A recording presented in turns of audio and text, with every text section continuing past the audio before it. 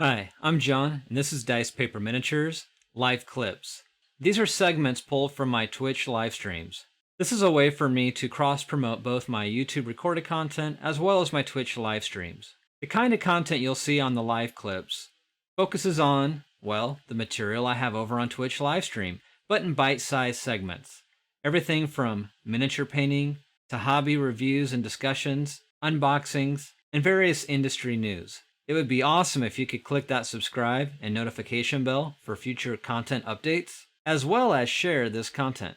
All of this helps with the YouTube algorithm. In addition to helping the YouTube channel here, it also helps bring awareness to the Twitch livestream, which is typically at least once a week, if not multiple times a week. The schedule is a work in progress, so it definitely helps to follow me on Twitch so you don't miss any of those live streams there. But if you do, that's what the live clips are for here on YouTube. And lastly, before we get into the content here for the live clip, please consider checking out the merch store over on Teespring, where I have things like t-shirts, mugs, stickers, banners, and now face masks, which are perfect for respecting the space of your fellow gamers at your local game store. Furthermore, some of these live clips I do reserve for my Patreon page, which if you haven't checked that out, I definitely encourage you to check out the Patreon, as that is just another way to help support the channel, which helps creating the content that you see here. Thank you so much. Now here is today's live clip.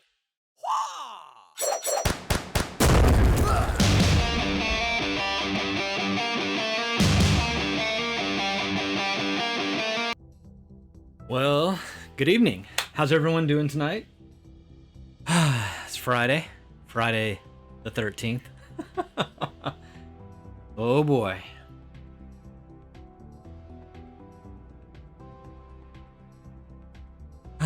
As usual, getting caffeinated for the evening. Caffeinated? Caffeinated? It's close enough. So we're back to working on Blood Bowl minis again. You know, it's interesting, as I was getting ready to start tonight, I saw they had a post about Blood Bowl 3 if you pre-order. Excuse me, Blood Bowl Season 2 if you pre-order. You get access to the Blood Bowl 3 beta on Steam.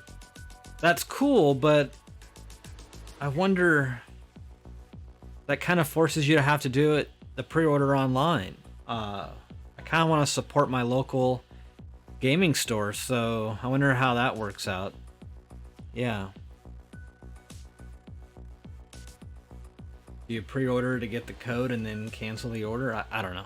I don't know. That's weird.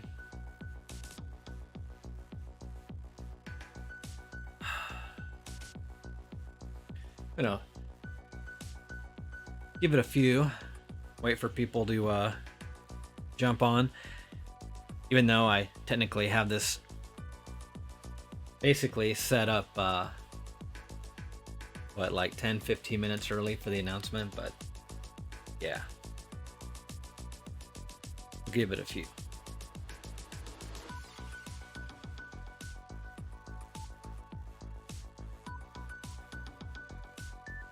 Gives me a chance to kind of get this palette a little bit straightened up.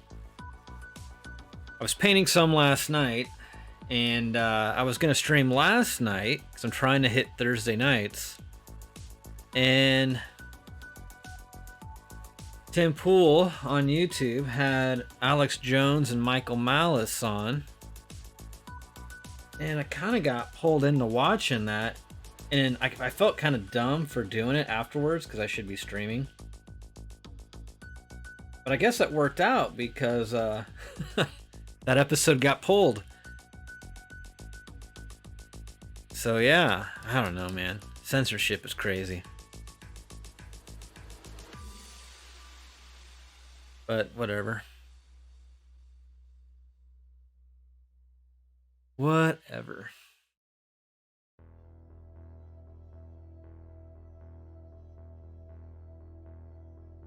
I'm not sure how we got to this point. Hopefully, things will get sorted at some point in the future. Alright, so tonight, I guess I'll go ahead and kind of move everything around here. So, 1 second, I'll bring my lights in. Bring this camera over. Bring this light in, and then I think I got this right. Look at that. All right, so yeah, that's good. Palette is visible. Chat, I can see. Fantastic. All right, so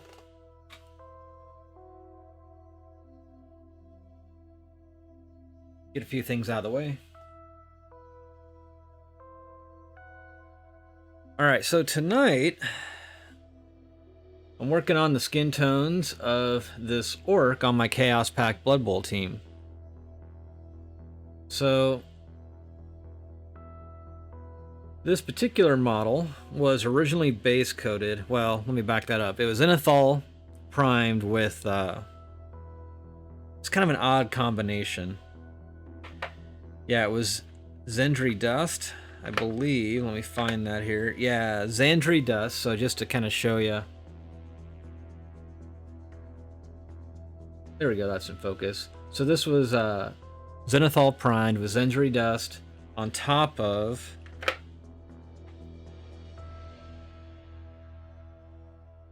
Mournfang brown, which you can kind of see still in the base there. So you lay down the Mournfang brown, and then you spray on top the Zandri dust. Now I did that with the rattle can about over a year ago now. It's kind of embarrassing to say that. But the orc itself, the base color is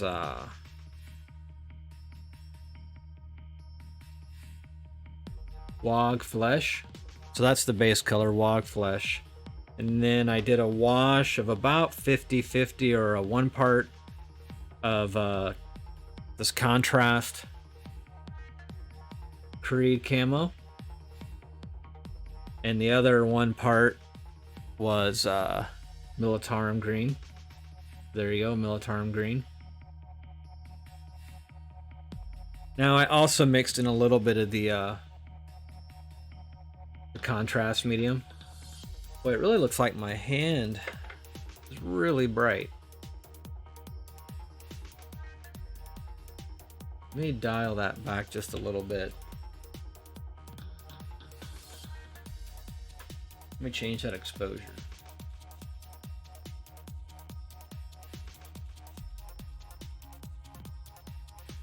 We'll see what happens here.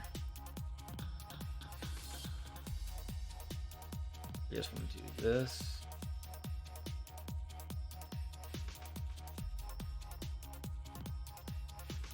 That's still pretty bright.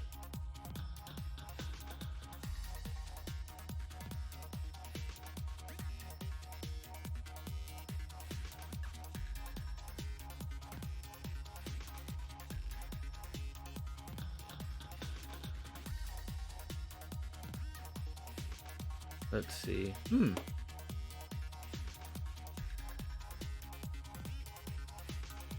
That's real dark. It's interesting how sometimes... Yeah, you know what? So, for whatever reason, my Logitech webcam is going to be a little wonky. We'll see what I can do with that. Try to go the other direction here. Slight technical difficulty.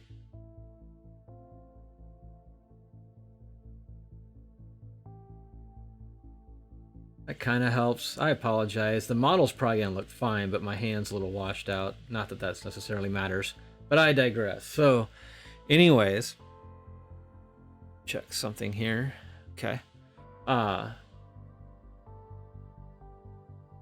started to go back and highlight, and you'll notice, I've said this before, a lot of times when you use these contrast paints, they kind of put a gloss sheen on the model. So let me just kind of rotate that around. But after I did the initial I guess it'd be a wash or a shade with those contrast paints, I started going back in with the Wog Flesh, and I was blending in a little Nocturne green. So I was kind of doing a 1-to-1 or 50-50 mix of these two colors to bring back the highlight, if you will, And then eventually I just went to a straight wog flesh. You can see that on the legs, getting kind of a sheen, which will go away once I get these things primed. Or put a varnish on, sorry. Varnish. So I'm going to repeat that process on the rest of the model tonight. Hopefully.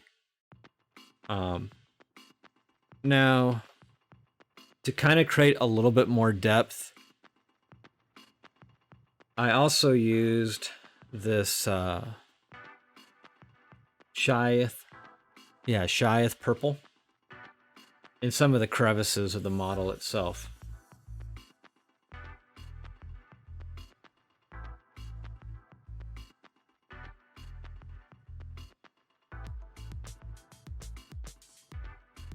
And like up underneath, like the arms and legs, just to get a little bit more of a deeper green, a deeper shadow without going into just like a black color. I feel like this also could be just this camera a little bit more.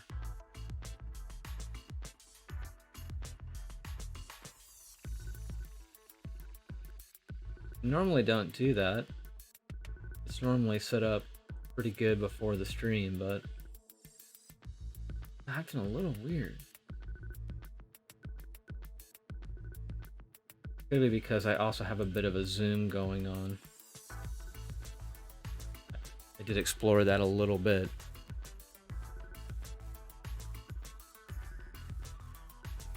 All right, so yeah. Turn a notification off there. Okay. Yeah, I think that helps. Okay, cool. We're just gonna start jumping right into it.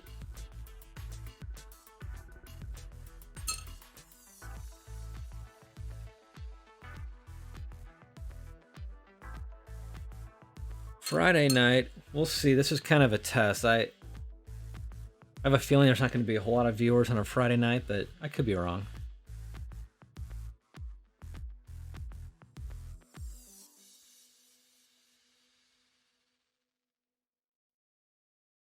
I'm also going to try to, I'm not going back to the wog flesh. I feel like the highlight lost a little bit of its, I don't know, a little bit of its oomph. I wanted kind of a dark-ish green and a little bit closer to like a forest green versus a, I guess a cool green. We'll say a cool green versus a warm green, but it's a little too,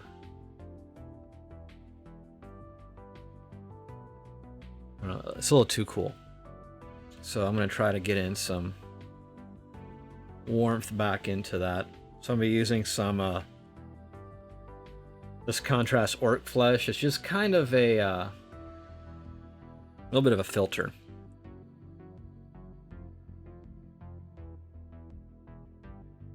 I got my paint mixer a little bit below me here. That's why I'm leaning over.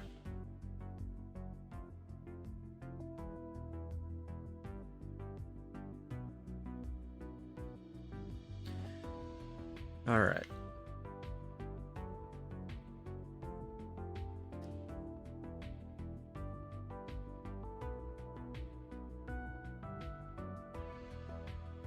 Okay.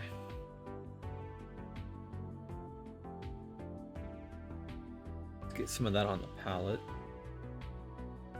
Let's see, is that still pretty fluid? Okay.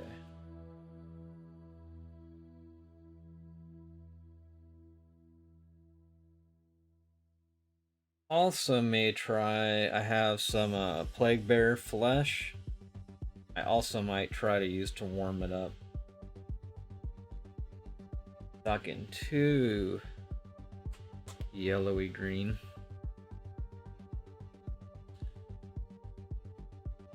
And I just didn't want the typical, the standard expected green for the flesh, although it'll probably end up somewhat like that, to be fair, but trying to avoid that.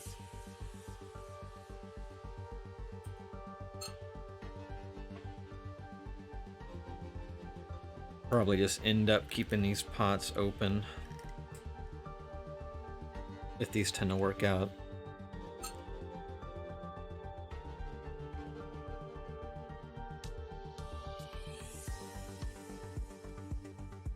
In retrospect, I try to keep these kind of a tabletop quality, and for some folks they'll appear that way, but for others they might see these as getting closer to display, and I'm concerned they've kind of approached display, but I kind of want to keep them consistent, so yeah, I'm just gonna go with how they're going.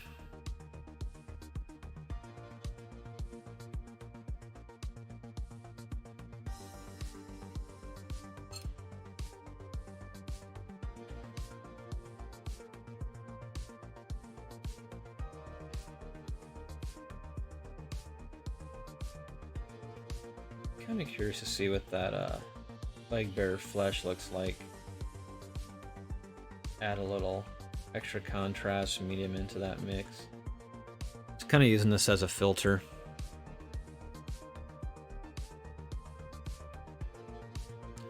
Get situated here. You know, that may be the ticket.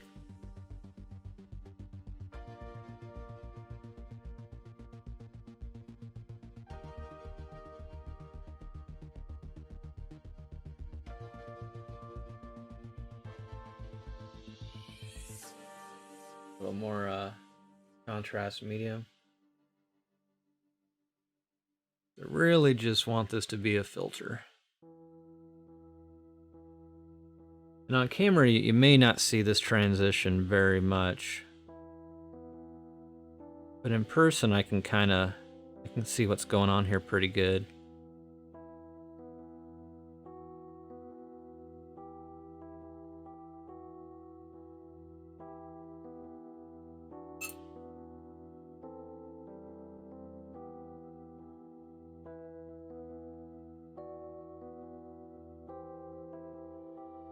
And I really don't want it to pool necessarily in the crevices. So I'm kind of trying to pull some of that up. It's just, I just want to tint some of that highlight.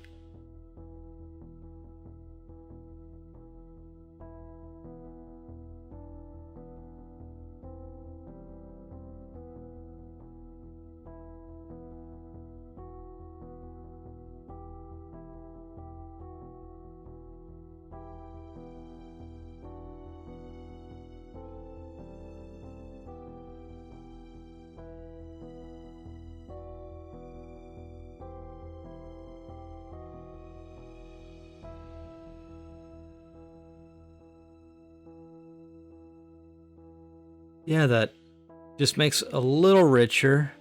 It does deviate a little bit into a warm green, but not too much. And I can always go back in with my wog flesh and still get a bit of a cooler pop highlight. But it was too extreme previously, I felt.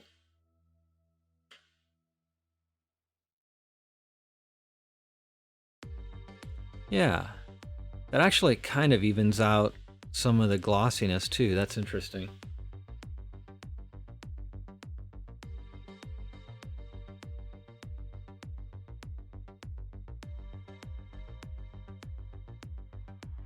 You kind of do have to work with these contrasts somewhat quickly when you do this method.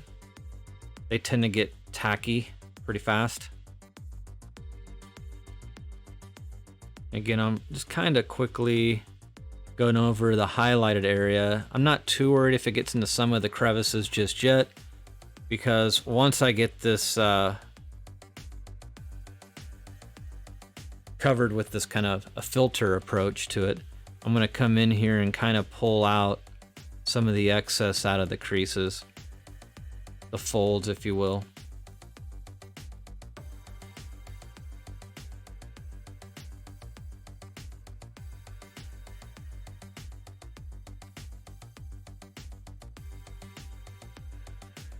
I don't want to disrupt my shading, really. I just want to kind of get those highlights.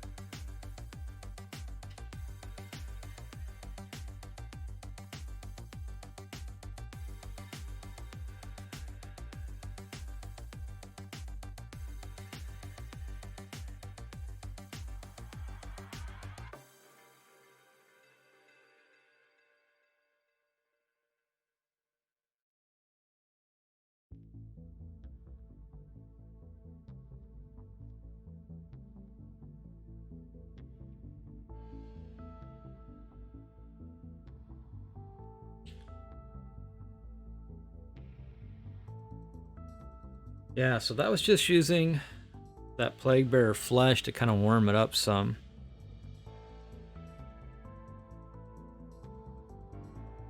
It's good to know that you can kind of filter that just a little bit. It knocked down the highlight a little, but it kind of helped bring in the entire hue together.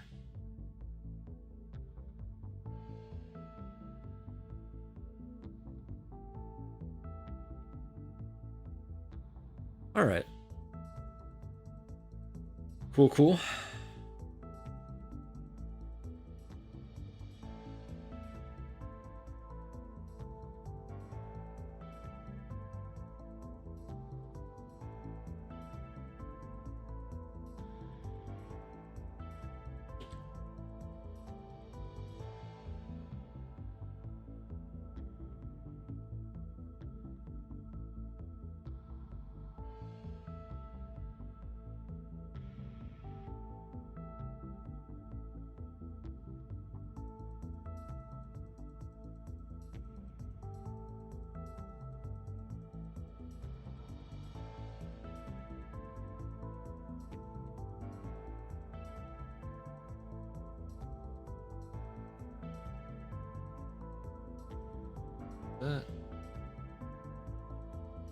There we go. Apologize, it might be a little out of frame.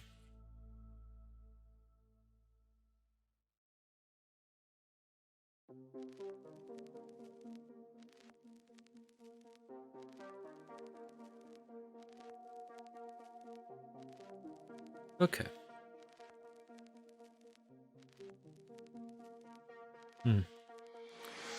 Let's go ahead and bring back some of those mid-tones, just using the raw flesh.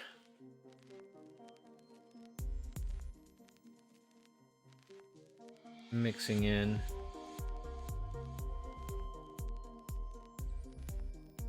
a little bit of nocturne green.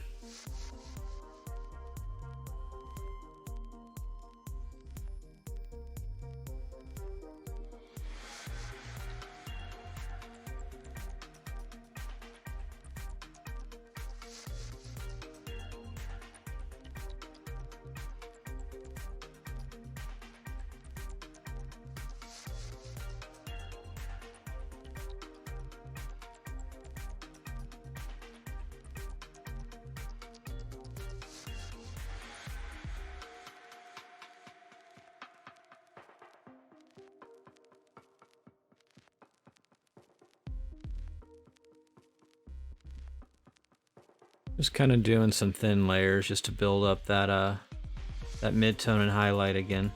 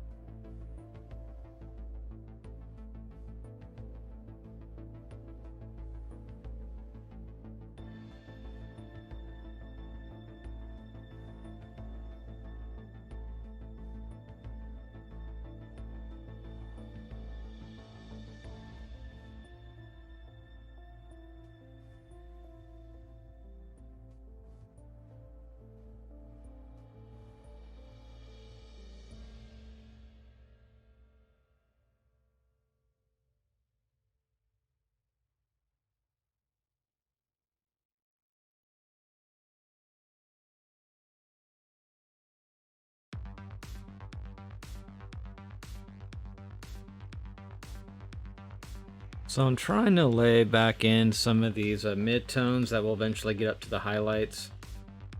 On sections of the model where if light was coming from above, would kind of naturally catch that area.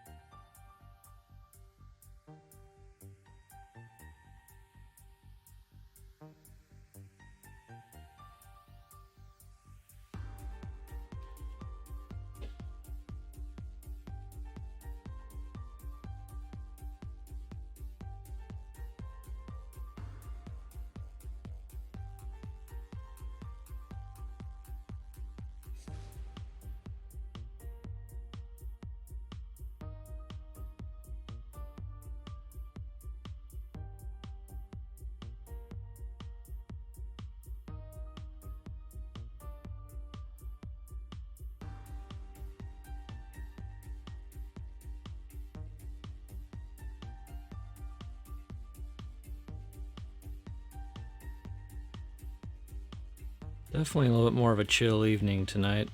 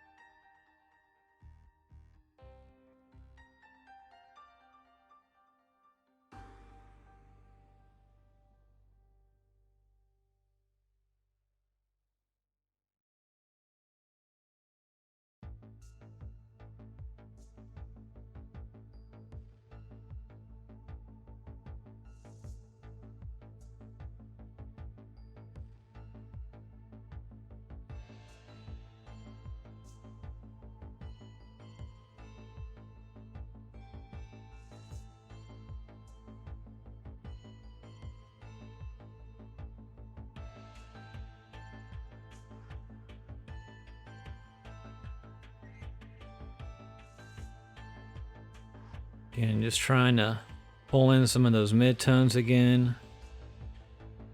We'll eventually kind of pop into the highlights, and then I'll probably knock it down and blend some of these transitions a little bit more smoothly, either with just a little bit of a contrast filter again, or either a little bit of layering or a combination of that with some wet blending. But for now, I just wanted to kind of get these midtones in somewhat quickly.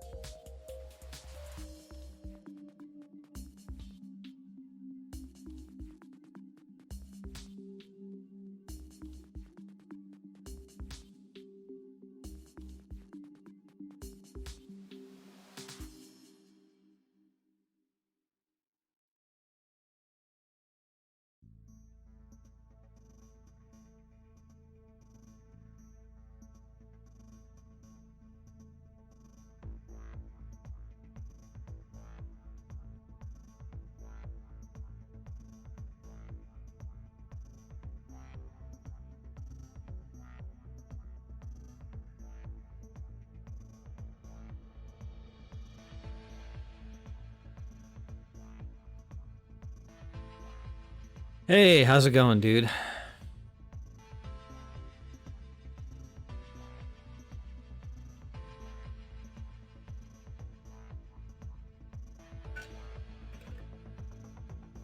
How do you like the new COD?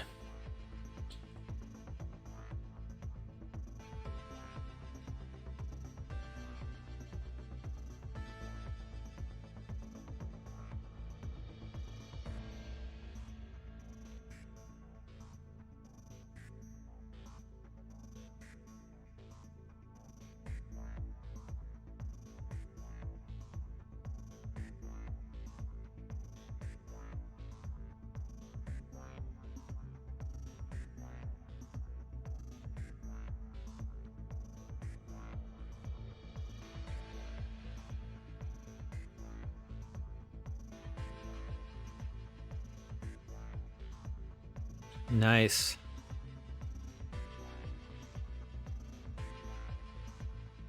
Is that for console, I'm assuming, or is it PC?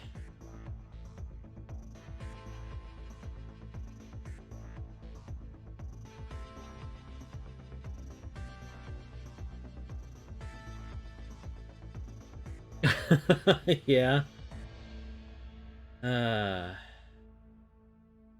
I hear you.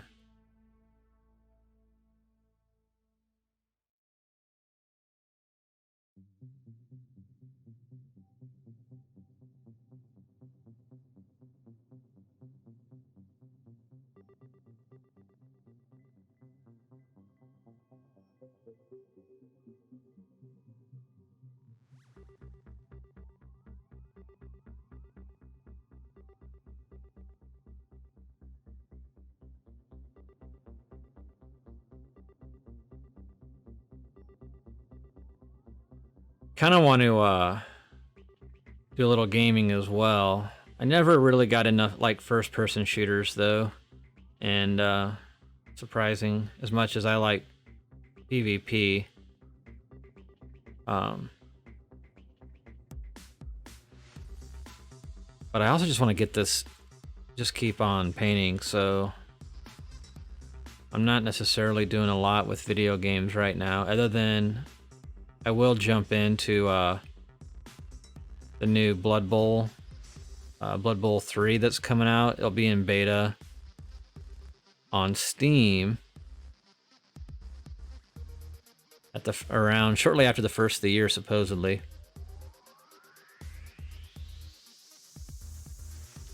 And then I still need to get in and just record more content of playing. They got Necromunda on Steam as well now, and I started doing the story chapters. I'm not sure how many chapters there are. I haven't gotten very far. Things kind of went a little sideways there at the end of September, but slowly getting back on track.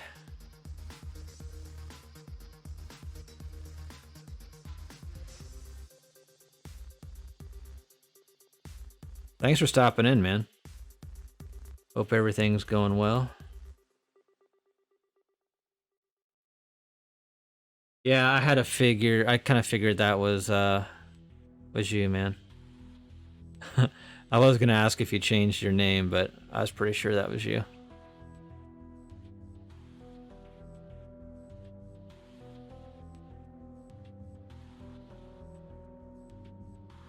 I was gonna stream last night, and so I wasn't really sure if Friday nights were gonna be ever a good night to stream, but I was watching Tim Pool on YouTube, and he had Alex Jones on, and I was like, I better watch this. It may not be around. And I was just kind of kidding to myself when I said that, because I ended up painting. I just wasn't streaming. I didn't think I could really stream and listen to Tim at the same time and Alex Jones, and then lo and behold, it got banned. So if you didn't watch it live last night, you'd have to like watch it on BitChute, I guess now. Yeah, I got your I hear you. I've actually planned a wedding before, and then it didn't happen. But I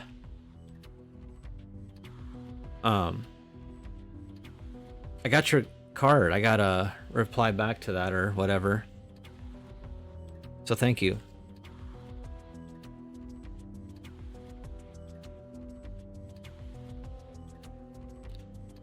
I mean, all things considered, outside of the, not that I don't want to talk about politics, but outside of politics, I guess everything's going pretty good too, for the most part. Just staying busy.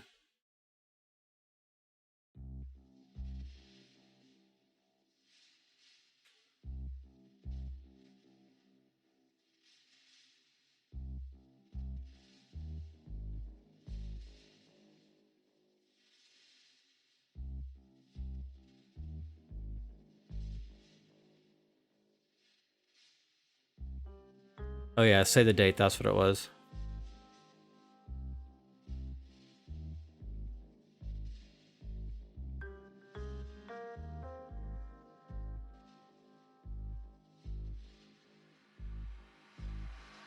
I just got a notification on my phone about various, I think it's Chicago canceling Thanksgiving.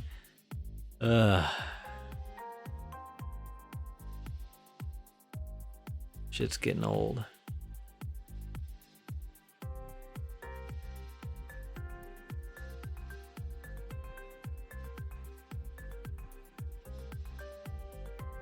So did you see where like PlayStation 5s, like the pre-order like sold out and scalpers are selling them for like 6 figures? 6 figures for a PS5. That doesn't even make sense.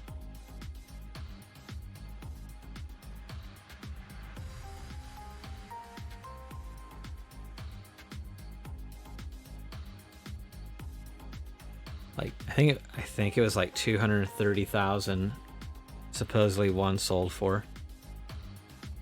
But then I also saw where the things were like,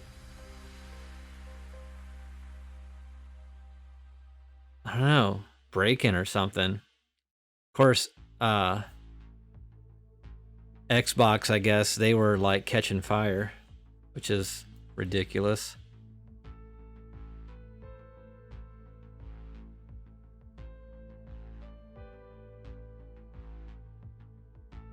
Which just is like, yep, just gonna keep playing on a PC for a while.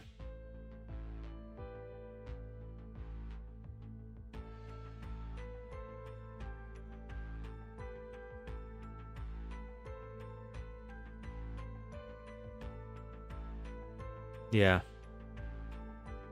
Probably I'm kind of there with you, man.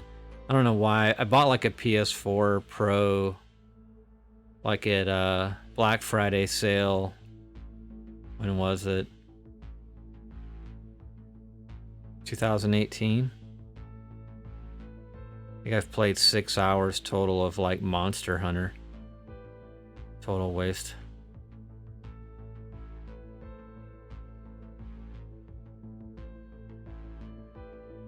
Oh, that's a cool game.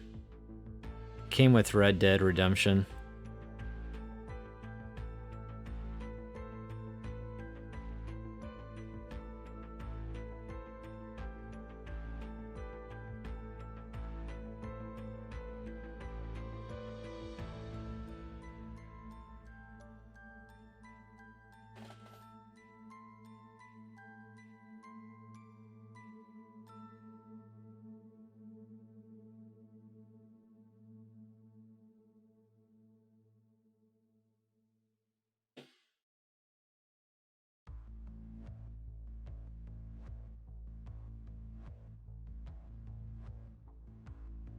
Or Red Dead Redemption 2 maybe, which I don't even think I've opened up the case on that yet.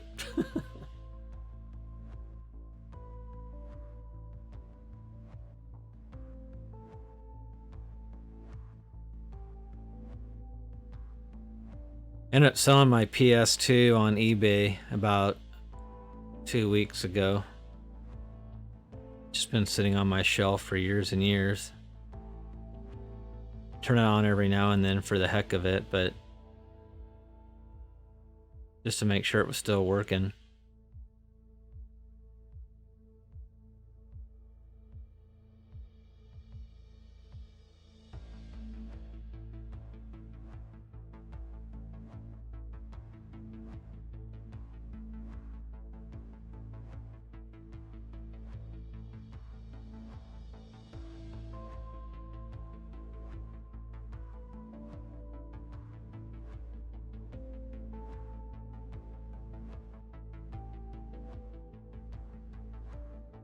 I think the last time it ever got heavy use was when you and your brother came over back when I was still living over at Williamsburg and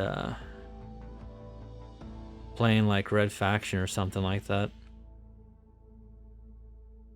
God, that's a long time ago.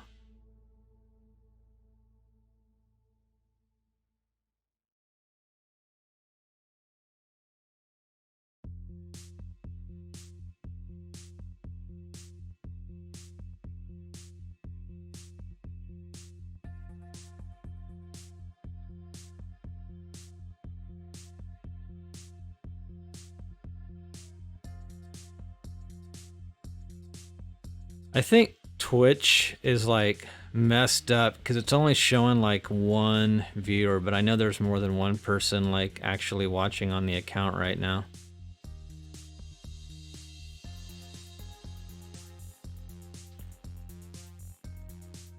Because it just keeps saying one no matter what. And there was other folks on I know earlier. Technically I'm on.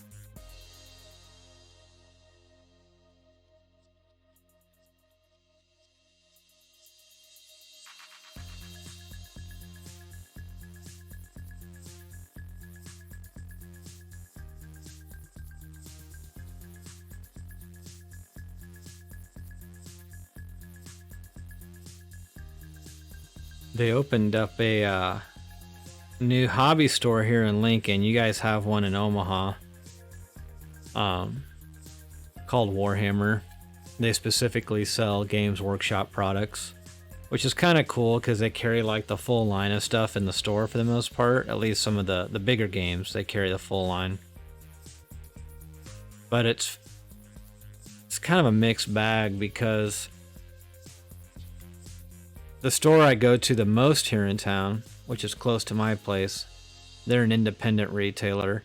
They're supposed to have the same like suppliers, distributors, etc. And yet they're getting hosed on their orders. But that new store just amazingly seems to get everything.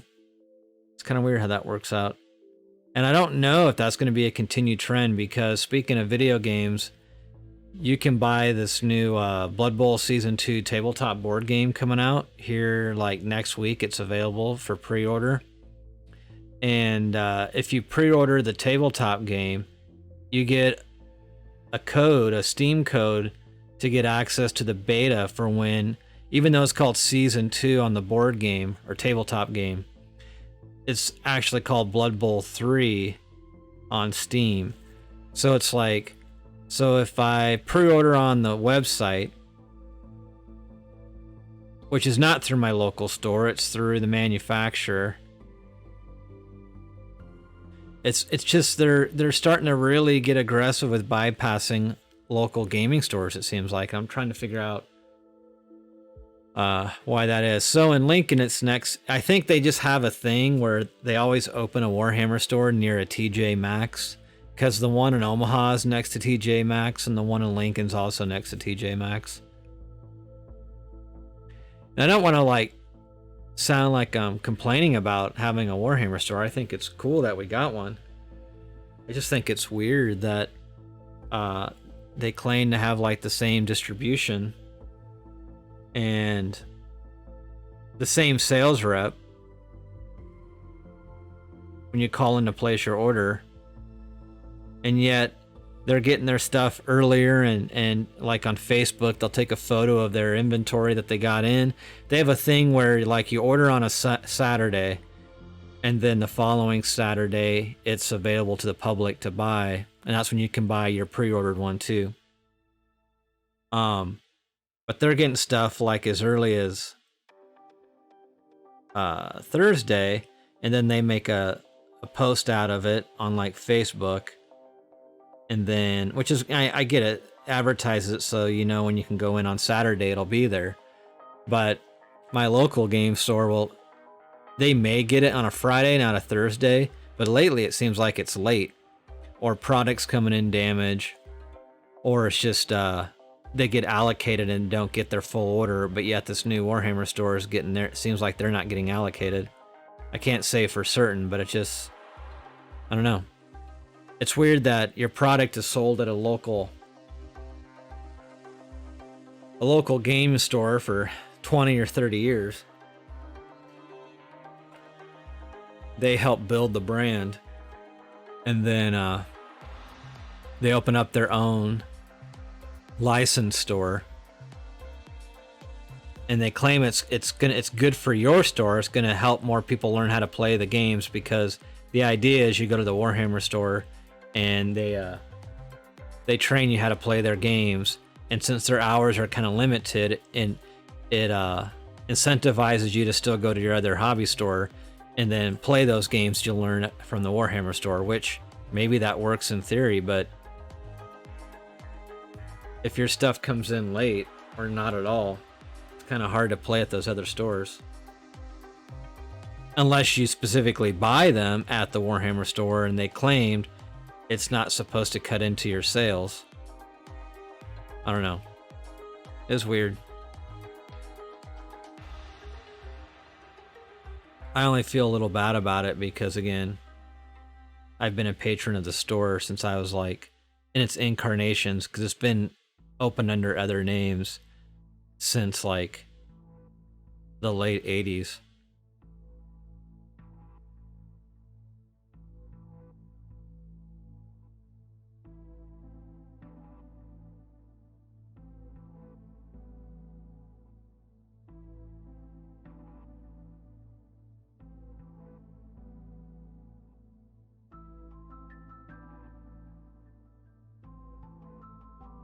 Are you still working remotely from home? Or are you able to go to the office?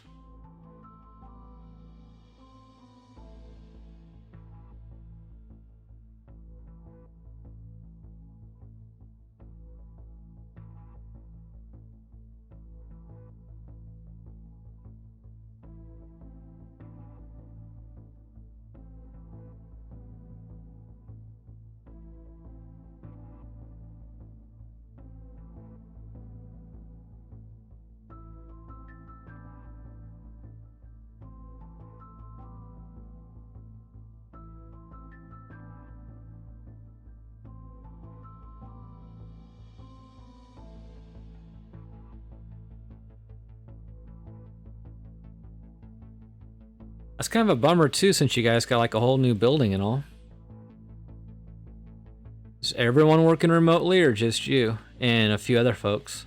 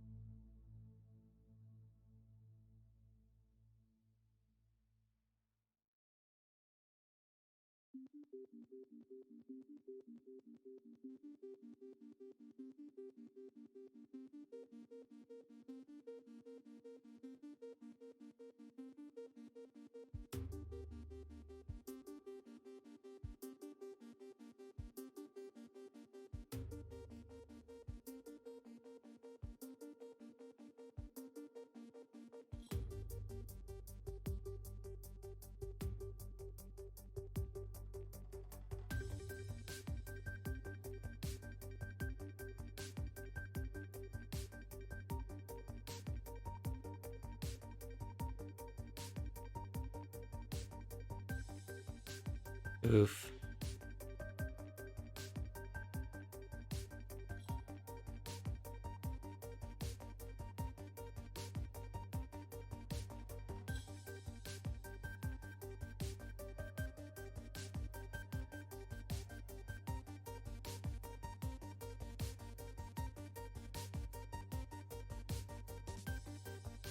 Yeah, for an employer that kind of the culture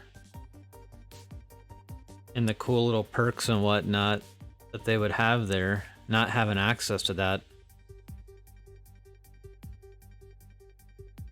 that's gotta be a little concerning.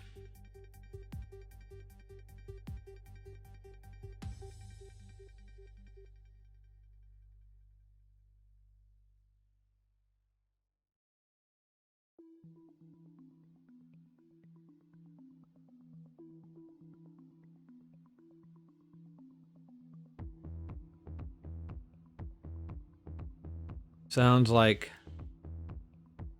Ricketts may buckle and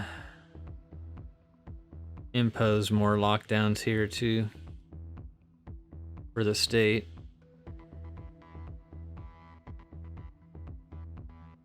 I don't know, man. Part of me wants to go to South Dakota for a variety of reasons. Not having to pay personal income tax would be nice as a self-employed person.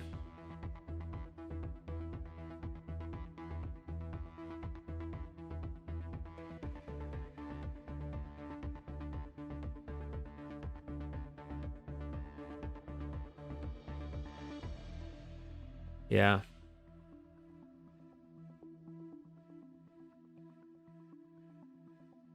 One of my main contractors, I think he's probably probably getting close to his best year ever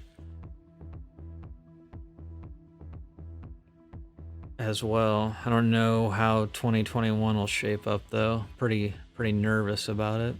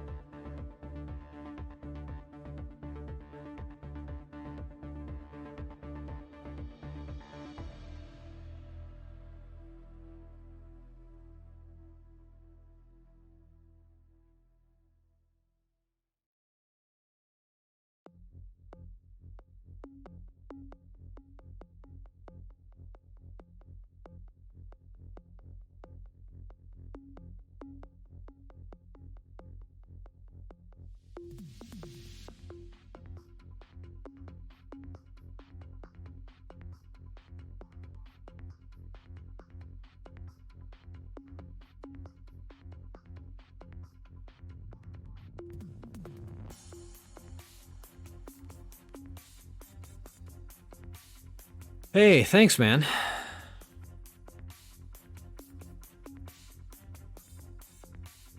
Yeah, I'm just trying to bring back some of the midtones on this model. I'm kind of experimenting with using the Citadel contrast paints as kind of like a filter or a wash on these. The legs are mostly done. And there's some good transitions going on there. Right now, I kind of destroyed some of the transitions, but I'll bring it back here with some more layering.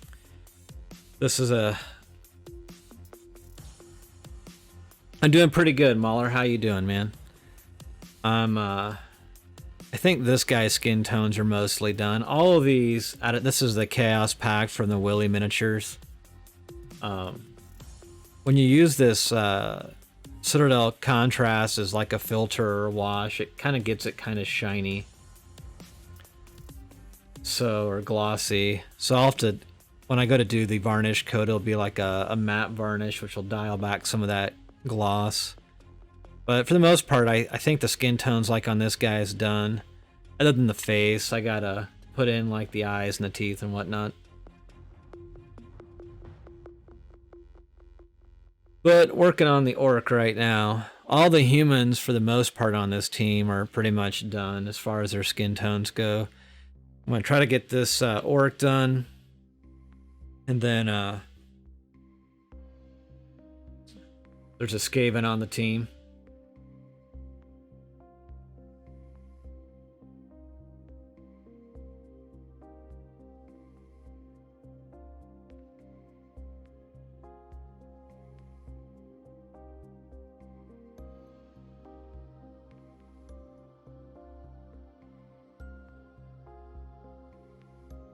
Did like everyone change their Twitch names?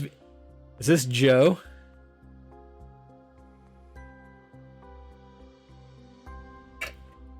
I feel like I'm talking. Oh, okay. Hey, Blair. Now I don't feel so dumb. I was, cause like T Stress had a different name, but he's my cousin. So I had a feeling just what he was saying. I figured it was him, but the names you were dropping, I'm like, okay, is this Joe? That's not Joe's name on Twitch, so. Yeah, I mean, I don't know. I guess it's probably good not to be down at Gauntlet and trying to avoid the plague, but at this point, I feel like if you've been going down there gaming, if you haven't got it yet, you've probably already got it and got antibodies. And, or you're just, I don't know. You're not going to get it there, but, you know, what do I know? Yeah, no, they did because they raised the threat or whatever. I think you're right. You can't sit down and drink and eat and play. You have to keep the mask on, technically. So yeah, this is the troll. I don't think I'll get to it on the stream tonight. But again, those contrast paints, I do like what they do, but while you're working on them or working with them, it creates kind of a sheen that's kind of can be a little tricky. And then the ogre, kind of the same thing. It's definitely kind of got a gloss to it for the time being. But some of these contrasts really do a really great job of a nice transition from a high point of the sculpt down into the crevices. Others, kind of like this this particular shade of brown, it doesn't do a nice smooth transition. It's pretty hard. It's dark in the creases and not much value anywhere else, but it's all workable. And this is just kind of an experiment to see how this I haven't really used the contrast super heavy. Yeah, they're a little shiny. And then for some reason tonight, like, even though my settings on my webcam aren't really any different than normal, like even my skin tone is kind of casting a bright highlight. So it happens. And I technically have a Minotaur, but not really any contrast paint, and it's kind of hard to see, but there's a little bit of a wet blend transition from black to brown. I'll build that up, so as you get closer to the hoofs, it'll be a lighter fur, if you will. But the new Blood Bowl Season 2 is coming out, or pre-order, I believe, is this weekend. So that means it should be out the following week, so I'd like to get this team done before it comes out. Yeah. I have a funny story about the Twilight movies, actually, but that's probably for another video. Or another stream. The short of it was, I didn't know anything about the books.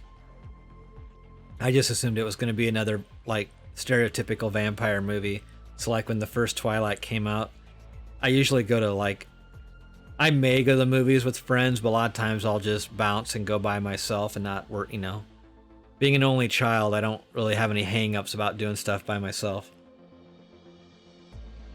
So I went to Twilight, like, not opening night, but probably opening weekend, and thinking it would just be a standard vampire movie.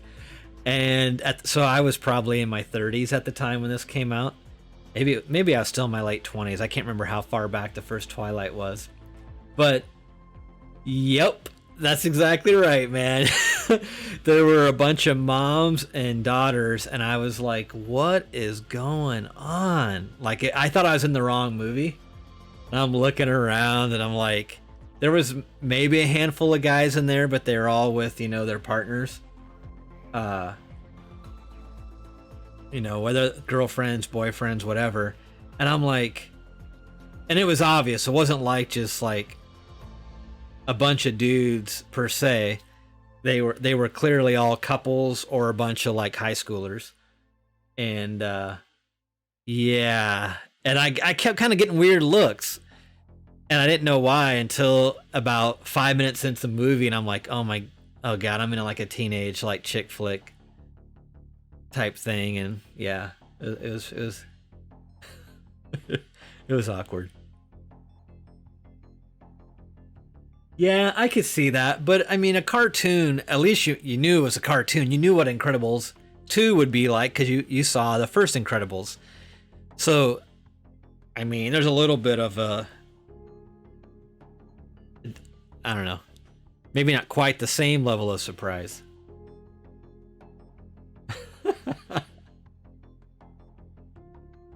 Yeah, and I kept going back to see the sequels, thinking at some point there's going to be that redeeming quality of the series that would make it, you know, I don't know. I kept thinking it'd be like the Blade vampire movies. Yeah, it never got to be like that. It was always, I always felt like it was a gotcha moment when I was watching the movies. Like, yep, these movies were not made for me as I wasn't their target audience, let's say. That's for sure.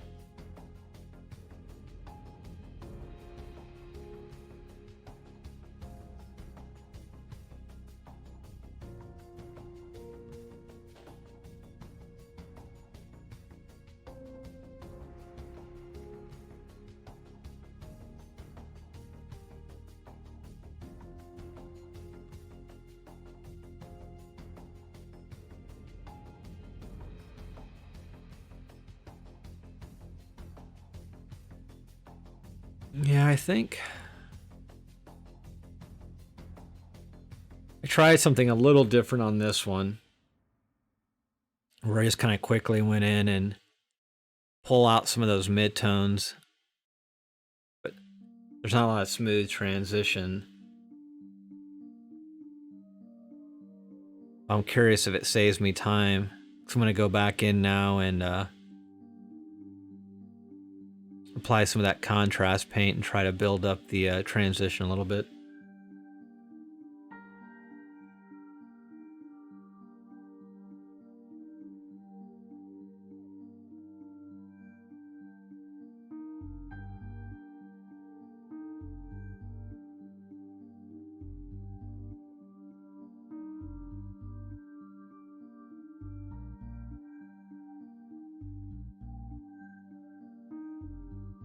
Um, I might add a little bit of black, but what I was using was this shyish purple contrast paint. It's like a dark purple, and when it interacts with the green, it kind of creates. It's not like a pure black, but it does create a shadow, a little bit more of a natural shadow. So there's that.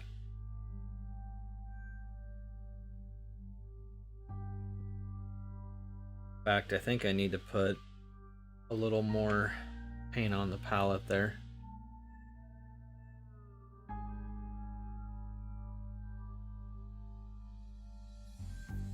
I'm actually gonna try something else first before I go to the contrast paint.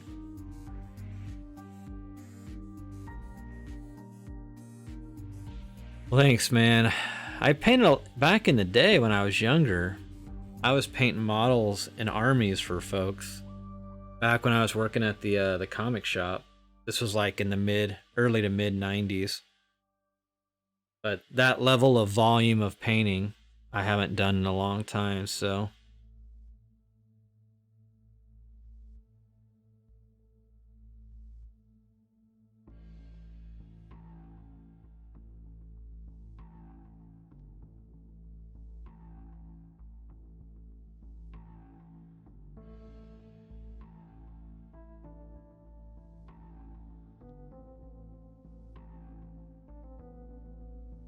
So how you been, Blair?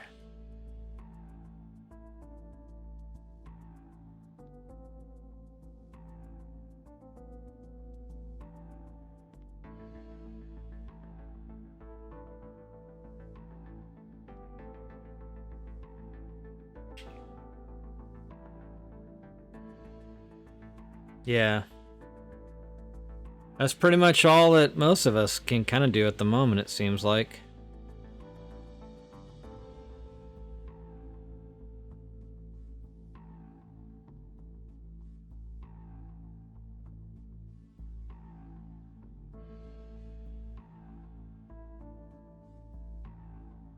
I was selling a lot of my just like gaming stuff I knew I would never get a chance to play or didn't want to take time to paint. And was trying to save some money, get some other stuff. We'll just leave it at that. But I ended up breaking down since I don't feel comfortable going to the gym. And got like an elliptical machine for exercise. Now I just gotta force myself to use the thing.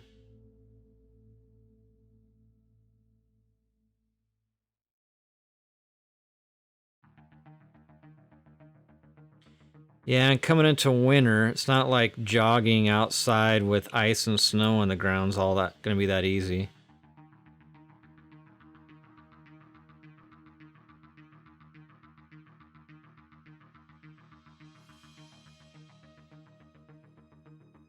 And I find it helps with my general mood, especially with all the wonkiness with the pandemic, etc.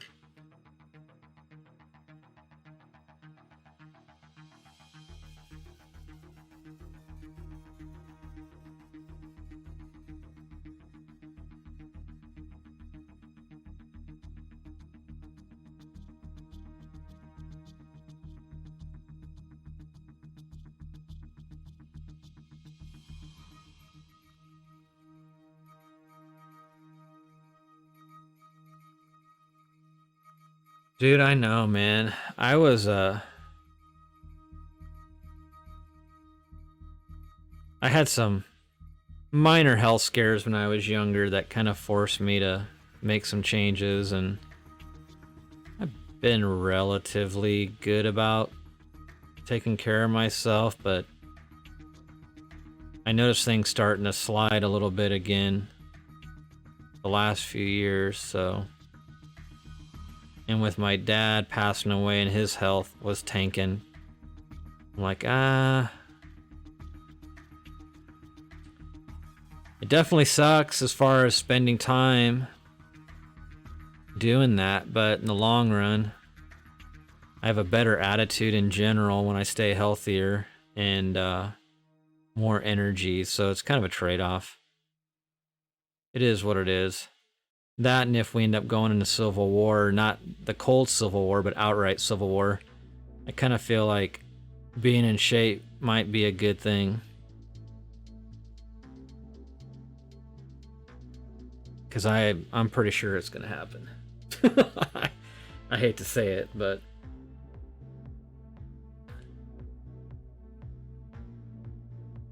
I got a lot of friends. Again, man, I'm trying not to get political. That's the problem. Everything's been so political lately, or pandemic related.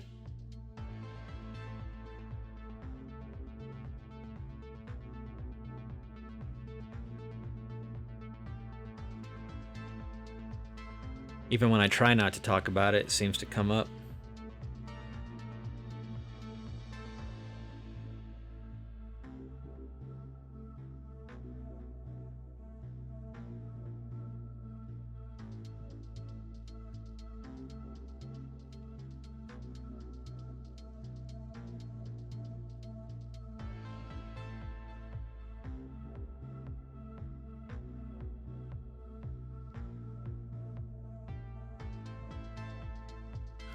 I don't know if you know Randy all that well.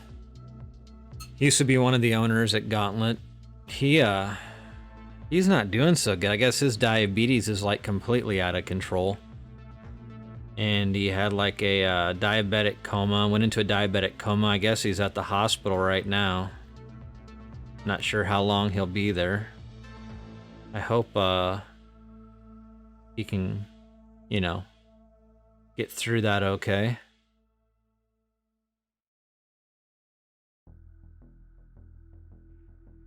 But diabetes is no bueno if you can't keep it under control.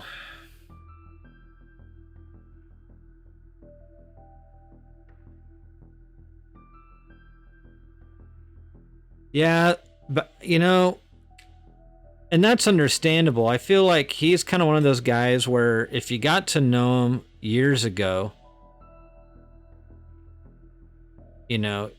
he'd be like a game. It'd be kind of like you and Joe. Like, you've known Joe for a long time, so you guys, even if you didn't see each other for a while, and then if you got a chance to, you just like pick up and hang out and probably start gaming again. But you get to a certain age and you're getting new people into your group becomes like further and further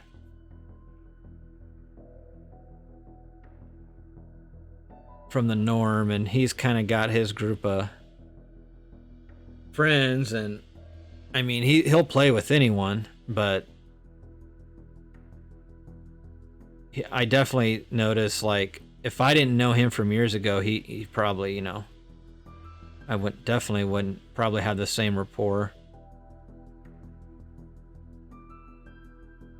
It just is what it is.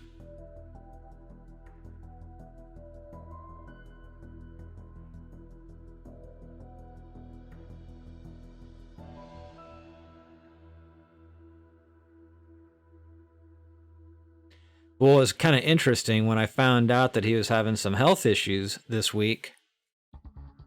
It was his daughter that was in the store kind of like sharing that news.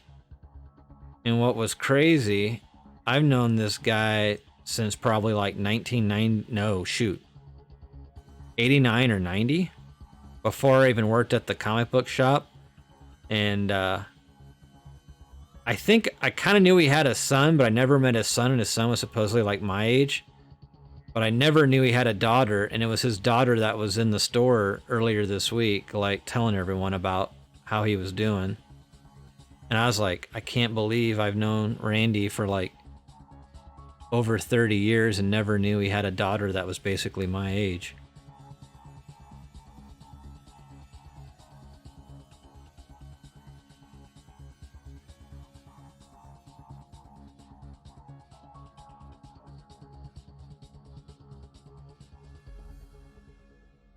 I know, right? It was kind of funny. I was like, are we talking about the same Randy?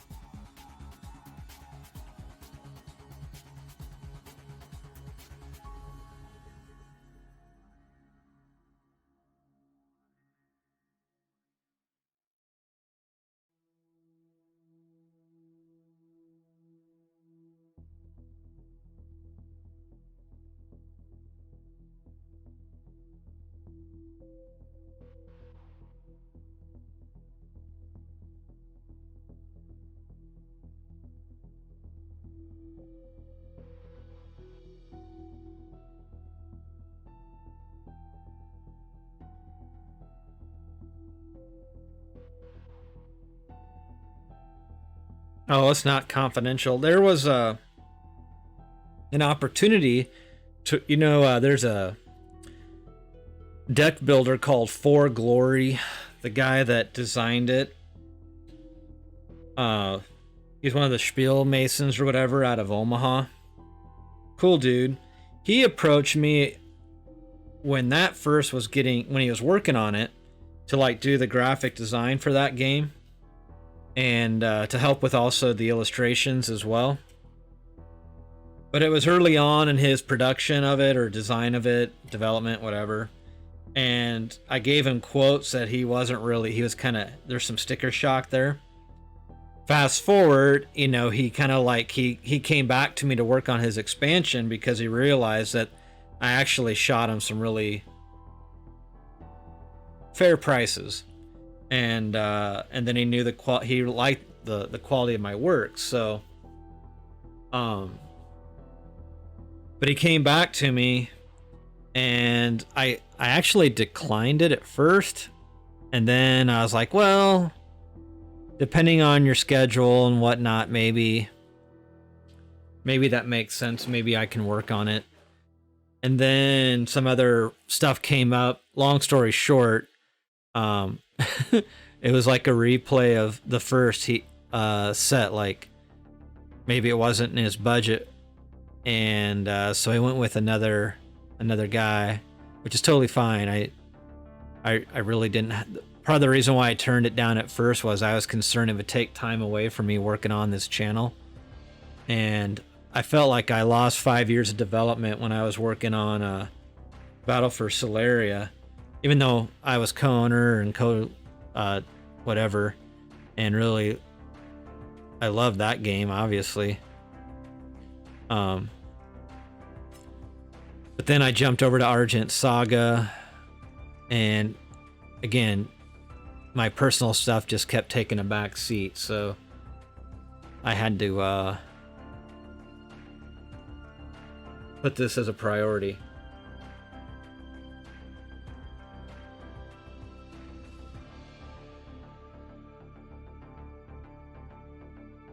Other than that, though, yeah, what secret stuff am I working on? I mean, it's not so much of a secret. This is it.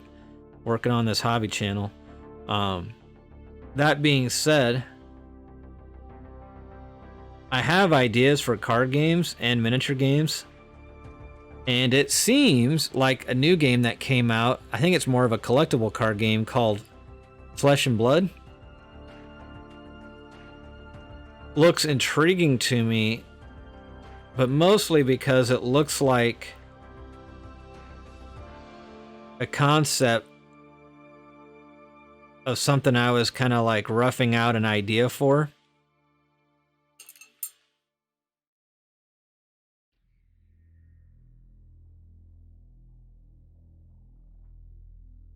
So I'm just kind of curious, like how close to my concept I had, because the weird thing is,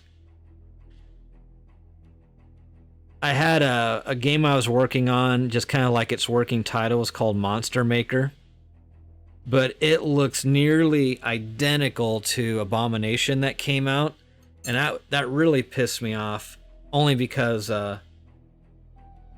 it was freakishly close to the design I pitched to the company I used to be a part of. And I honestly feel, to some extent, I'm reluctant to... This is how, like, a little bit of a conspiracy theorist I am with stuff. I feel like everyone uses like stuff like Dropbox or Google Drive to store their concept and development stuff. And I swear, ever since I started using that more, I feel like it's almost like that stuff gets, I don't know, ends up on the dark web somewhere, and then like, I don't know who picks it up, but I just feel like it doesn't stay private. Or if you just believe in group awareness or group think, like,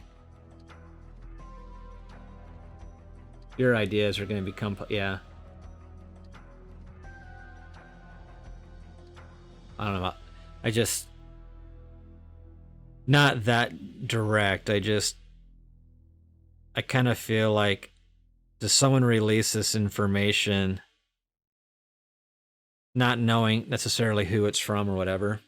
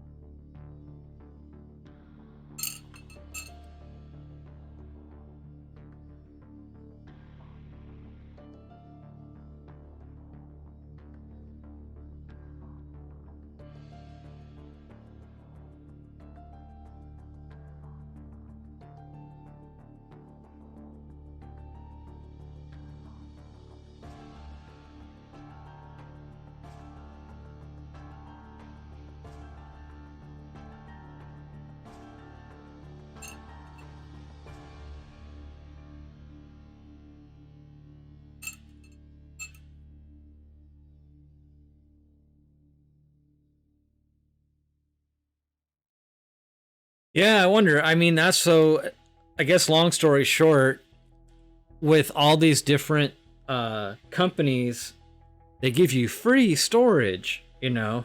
Well, how do they make money on that? By selling your ideas to other companies. It's just an opinion, but it seems like that would be a possibility. So, in other words, but it's hard to, you know, it used to be, oh, I'd use like Word, because if I use like Google Docs, it's in the cloud, right? So they could see what's going on because it's in the cloud. But then, heck, now even like Word, everything works off of a cloud system.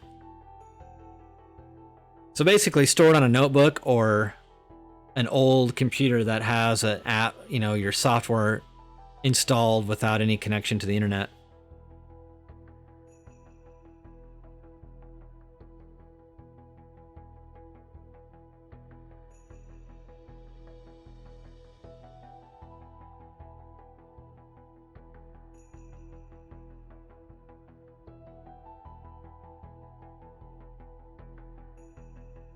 Which is specifically why I've kept some of my old machines, because it's bought and paid for software that I don't have to pay a subscription on, and it doesn't connect to the internet if I don't want it to.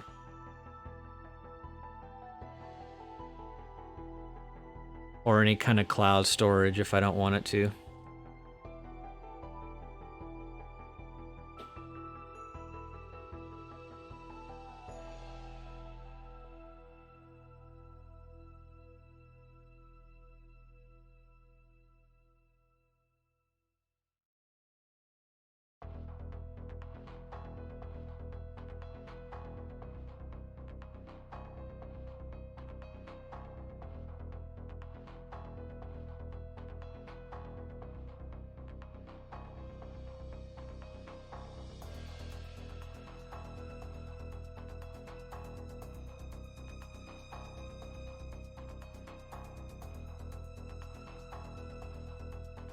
Yep, exactly.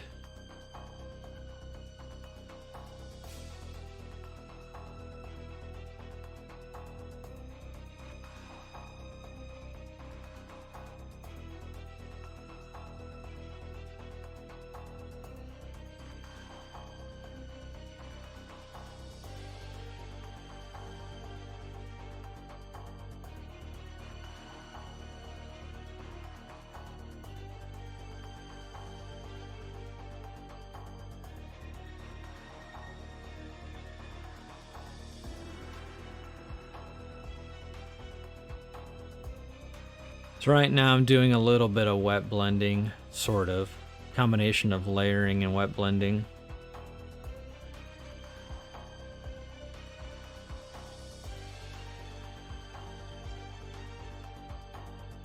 Yeah, so Blair, I have ideas for games, but I'm really reluctant to even talk about them too much because not that you can copyright or trademark mechanics typically, but if I want a shot of ever making them.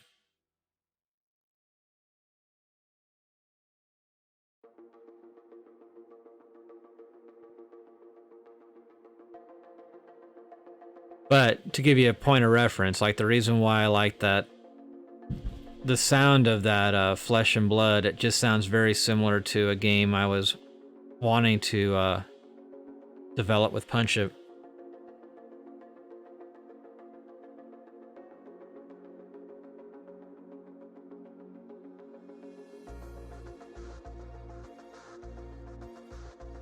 But card games are, while they're cool, there's so much competition and they're so expensive. Just the art assets alone get super pricey. And they take a lot of time to balance.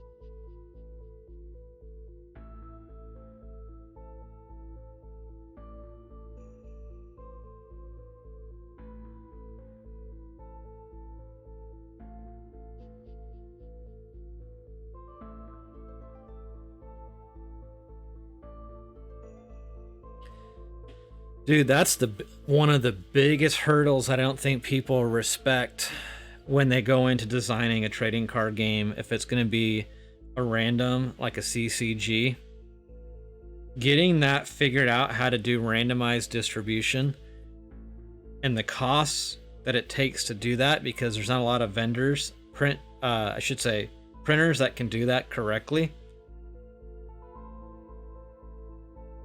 It's super tough. The logistics behind the scenes. Like, if you just want to design a game and have someone else worry about the logistics, that's great. But that's like, it's not really real. It's not very realistic for a new designer or new publisher.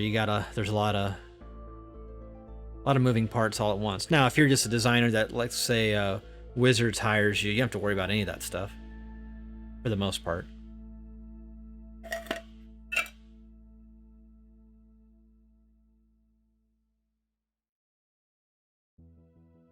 Well, I thought about going to go buy some, because apparently, according to Jesse, my old business partner, it's in alpha stage, like Magic Alpha, not rarity, but just its first print run.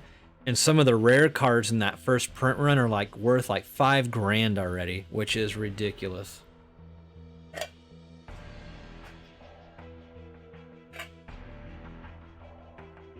And LCGs, the same things that make them viable are the same things that make them usually die out.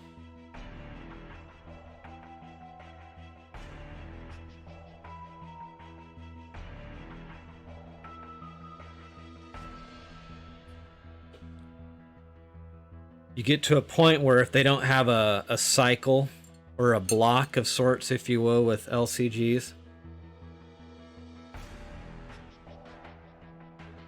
it makes those that got in on it early on, it feels intimidating for new players to come in.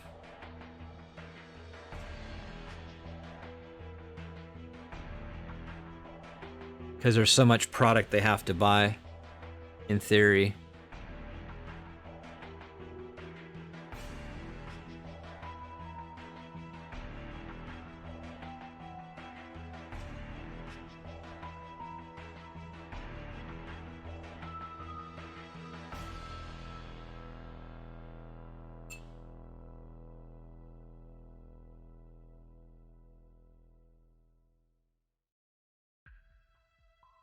Then if you're like FFG, where you have an amazing idea, an amazing like product that people want, but your distribution or manufacturing, there's always a complete screw up somewhere in their chain, and then people just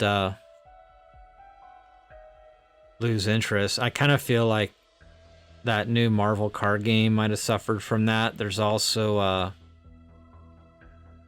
heck, to some extent, I would say, what's it called? That game that Richard Garfield helped design for them, where every pack is randomized. I can't believe I can't think of the name of that game now. I think the pandemic really kind of adversely affected that. Like, I think they had that pretty dialed in. Keyforge. Yep, Keyforge. And then, so in that case, I felt like they were kind of dialed in better than any other of their releases, except for their app was crap at launch. They didn't have that dialed in, but then you just couldn't play it in stores.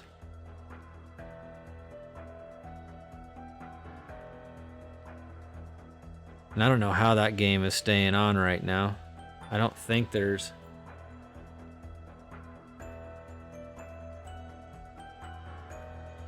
really any way to play it online other than like Tabletop Simulator, but that's the same too for that Flesh and Blood, the only way people are playing.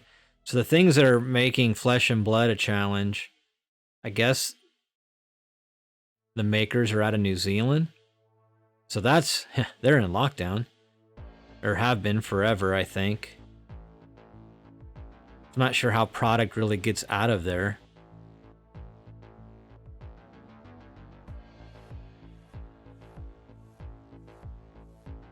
And then they're so far away from a major market, but yet apparently it got a lot of traction on Tabletop Simulator.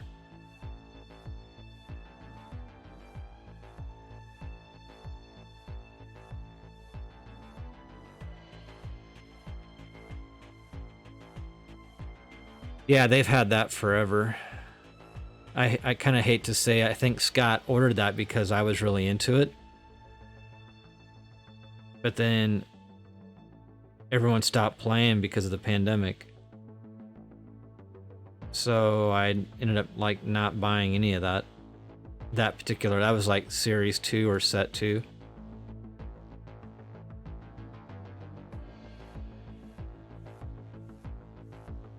And at the time, I think Micah was hired and she came in and wanted to really push Magic at that store, which was kind of, I mean, that's cool, but also kind of weird since Hobbytown's more the Magic store.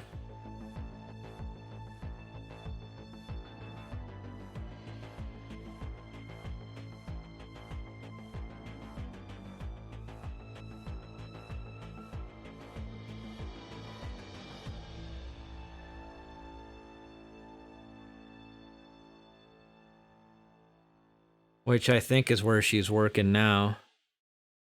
But yet still trying to do like a Thursday like game league at Gauntlet. I just seems like a conflict of interest. Back in the day, that wouldn't have flown because there were guys that worked at the comic shop, and when they started working at Hobbytown, it was like they had to choose between the two. But Dan runs that differently than how it was ran by corporate back then.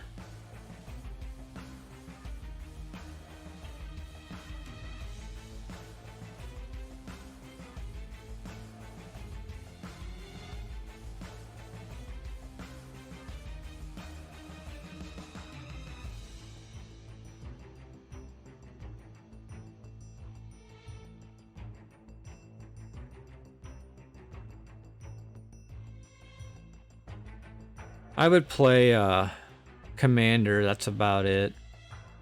I sold all my stuff back off again to Dan, but I kept a Commander deck.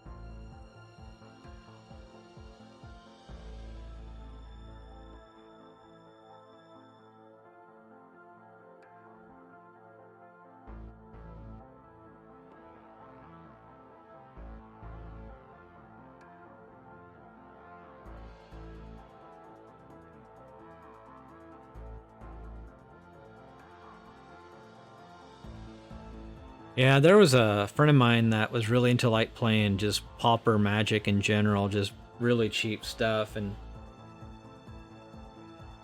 Magic can be cool like that. You can build some cool stuff with like just a real low budget mine. Maybe not necessarily competitive at like the pro circuit tournament level.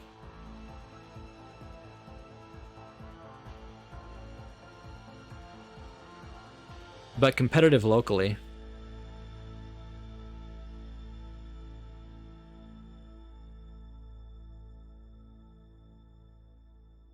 I think is possible.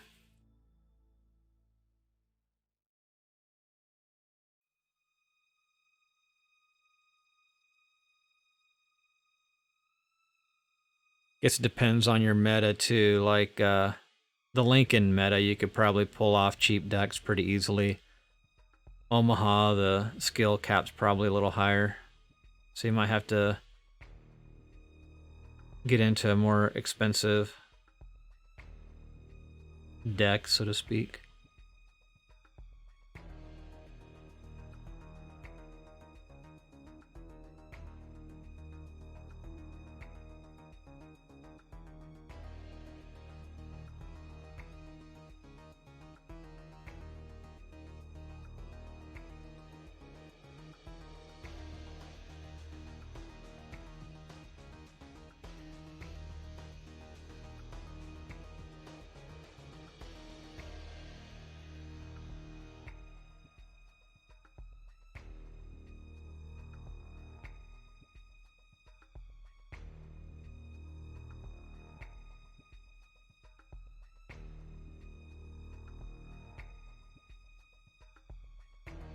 Yeah, if you're a bunch of casuals, if you get like, it just takes like 1 or 2 hardcore players or super competitive players, and that'll just screw up everything.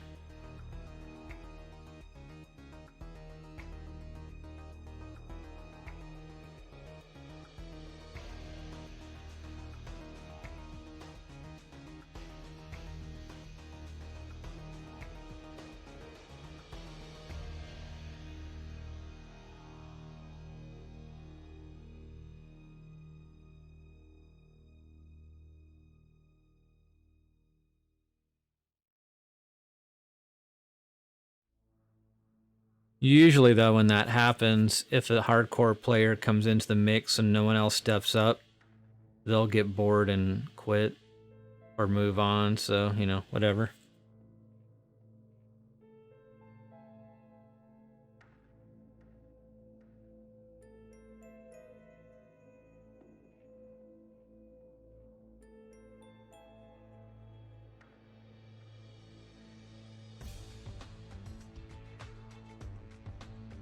Who's running the... Who's running it? Is it Micah running the pre-release? Yeah. Well, that's cool.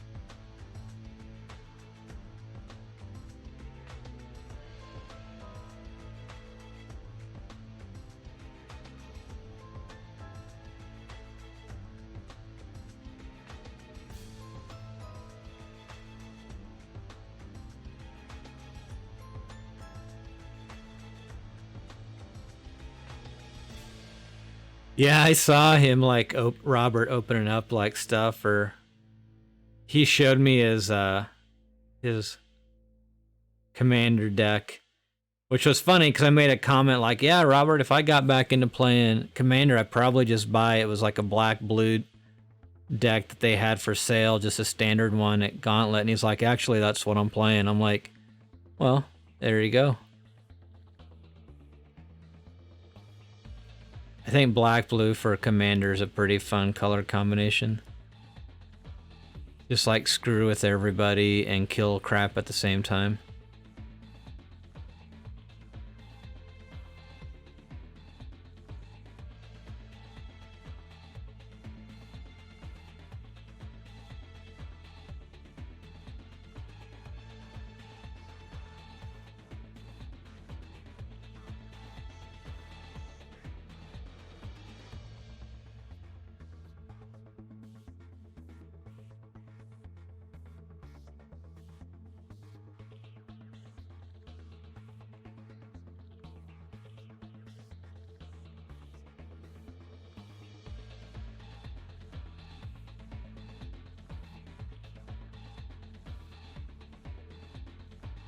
Yep, rogues, that's it.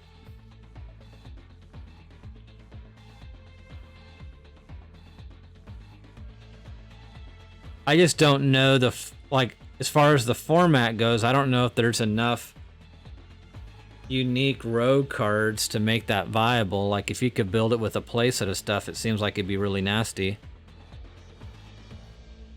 Is there enough individual rogue cards to make it worth it?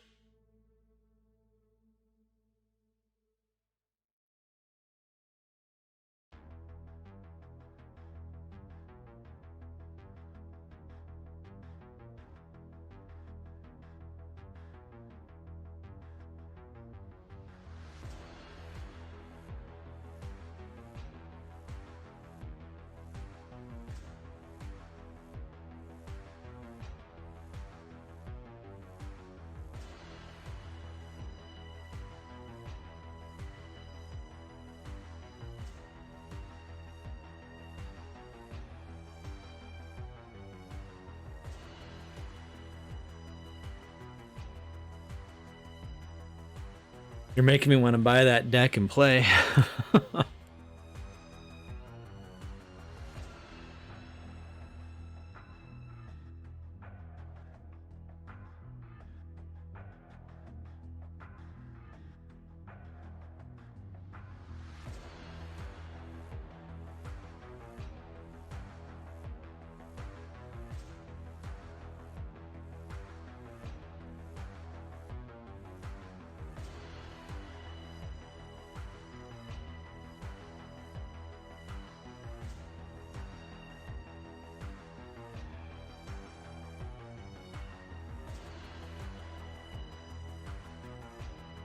Well, is 6 good? I mean, I have like 20 or 30 people. That sounds like a good spot. But if it's out of 6 people or 7 people, not so good.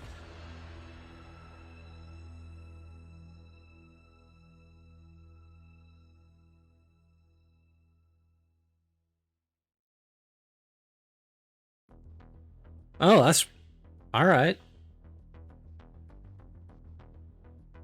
Nice. So what color L's? So green?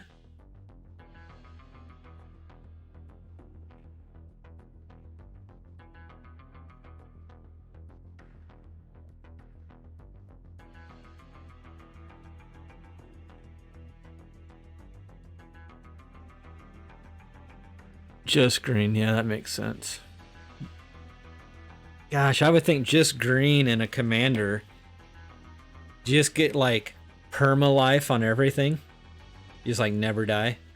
Perma life with perma mana. Or like infinite life, infinite mana.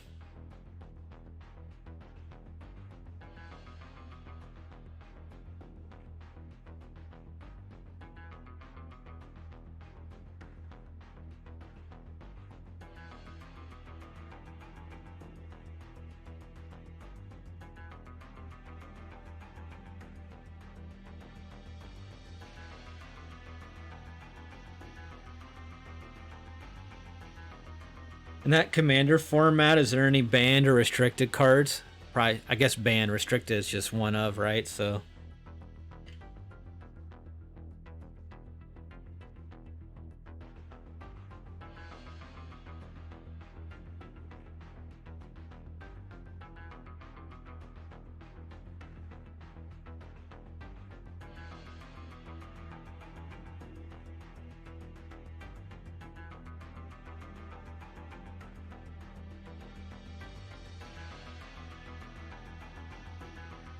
yeah.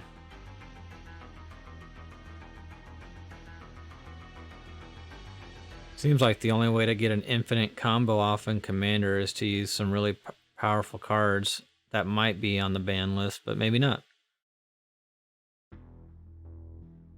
Used to be, it seemed like when Wizards would discover an infinite combo, oops, they'd restrict it or banned it.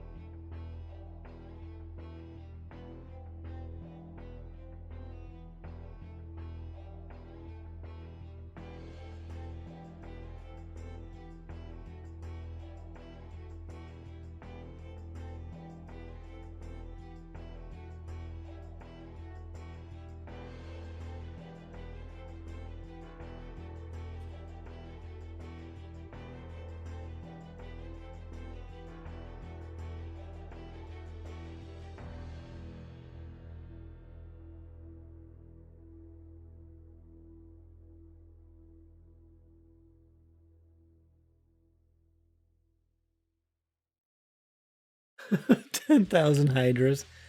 Wow. That sounds like some BS. Was he also playing green?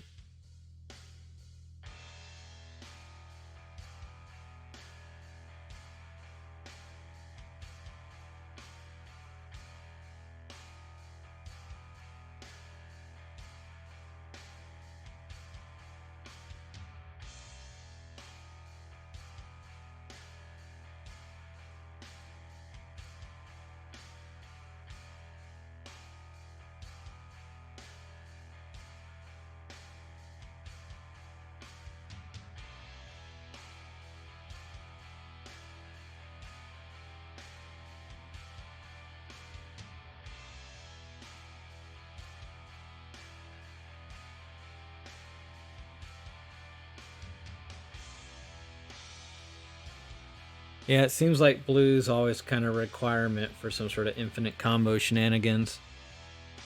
They seem to have cards that break curves.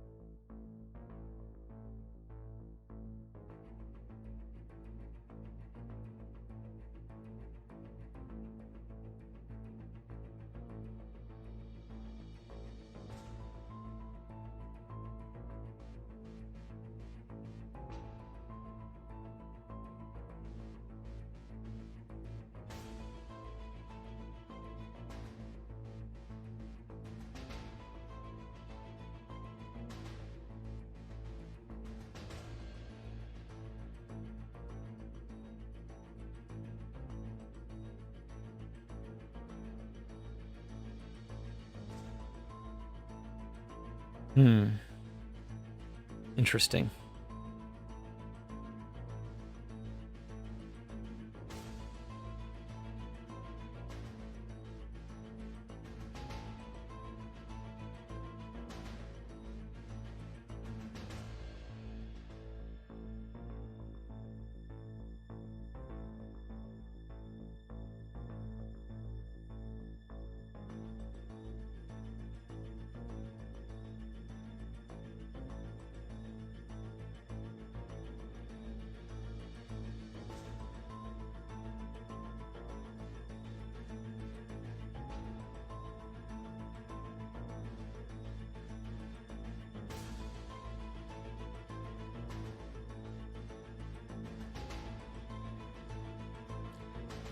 Well, I think, Blair, I'm going to take a break and stop the stream for now. And I want to experiment a little bit more with this skin tone. See if I get my recipe dialed in just a little bit more. The contrast paints are so much more glossy that when you do try to do a little wet blend with them with their standard paint line, the standard paints will tend to dry more flat, and then the contrast is kind of glossy, and it is kind of difficult to see the transition. So I'm going to mess around with that and see if I can find a solution about that. I didn't notice that extreme like dry to glossiness. Usually it's either all glossy or a little bit more on the dry side. Although I got kind of a smoother transition on the legs, it's not happening quite like that on the upper bodies. So I'm gonna see if I can tweak that some a little bit later. But I need to been painting for about 2 hours and let my eyes do some adjusting and then come back into it later. But it was awesome talking to you as well. Thanks for stopping in, Blair. I appreciate it. I hope, you know, if I don't talk to you for a little bit, I hope everything's going okay with the pandemic and whatnot. So, yeah. Anyways, For everyone else that joined me tonight, thank you so much. Be safe, take care, and have a great night, and I'll be back on soon. All right, take care. Bye-bye.